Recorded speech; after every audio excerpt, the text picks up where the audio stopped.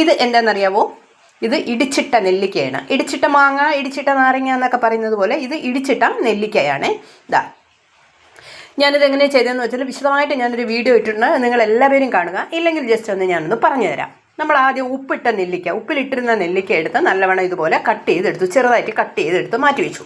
എന്നിട്ട് എന്താ ചെയ്യുന്നത് പറയുമ്പോൾ ഒരു ചീനിച്ചട്ടി എടുത്തിട്ട് അതിൽ ഇച്ചിരി വെളിച്ചെണ്ണ ഒഴിച്ച് നമ്മൾ സാധാരണ കടുക് താളിക്കുന്നത് പോലെ എല്ലാം താളിച്ചതിന് ശേഷം ഈ നെല്ലിക്കയും ഒരു 3-4 അല്ലി വെളുത്തുള്ളിയും കൂടെ, വെളുത്തുള്ളി ഓപ്ഷനിലാണ്, നിങ്ങൾക്ക് വേണമെങ്കിൽ മതി, അതും കൂടെ ചേർത്തിട്ട് ഞാനൊന്ന് ഈ കടുക് താളിച്ച ആ ചീനിച്ചട്ടിയിലോട്ട് ഞാനൊന്ന് ഇട്ടിട്ടുണ്ട്.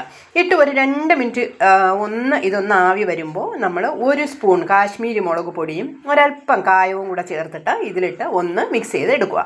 അത് കഴിഞ്ഞതിന് ശേഷം ഞാൻ കുറച്ച് വറ്റൽ മുളക് ഒന്ന് വറുത്ത് പൊടിച്ച് ഇതിൽ ഒന്ന് ചേർത്തതാണ് ദാ ഈ അച്ചാർ. ഓക്കെ, അപ്പോൾ നിങ്ങളെല്ലാവരും അച്ചാർ, ഇടിച്ചിട്ട നെല്ലിക്ക അച്ചാർ ഉണ്ടാക്കുന്നതിന് വേണ്ടിയിട്ട് ഇങ്ങനെ ഒന്ന് ചെയ്ത് നോക്കണം. ഭയങ്കര ടേസ്റ്റാണ്. കുട്ടികളായാലും നല്ലവണ്ണം കഴിക്കും. അവസാനം വേണമെങ്കിൽ ഇതിൽ വേണമെങ്കിൽ അവസാനം കുട്ടികൾക്ക് ഇഷ്ടപ്പെടാൻ വേണ്ടിയിട്ട് ഒരല്പം പഞ്ചസാര കൂടെ വേണമെങ്കിൽ ഇതിൽ ചേർക്കാം. അപ്പോൾ ഒരു ചെറിയൊരു മധുരവും കൂടെ കാണും. ഞാനിതൊന്നും ചേർക്കുന്നില്ല, അതാണ്ട് ഇങ്ങനെ. അപ്പോൾ നിങ്ങളെല്ലാവരും ഇങ്ങനെ ഒരു അച്ചാർ ഉണ്ടാക്കി നോക്കണേ. Okay, by.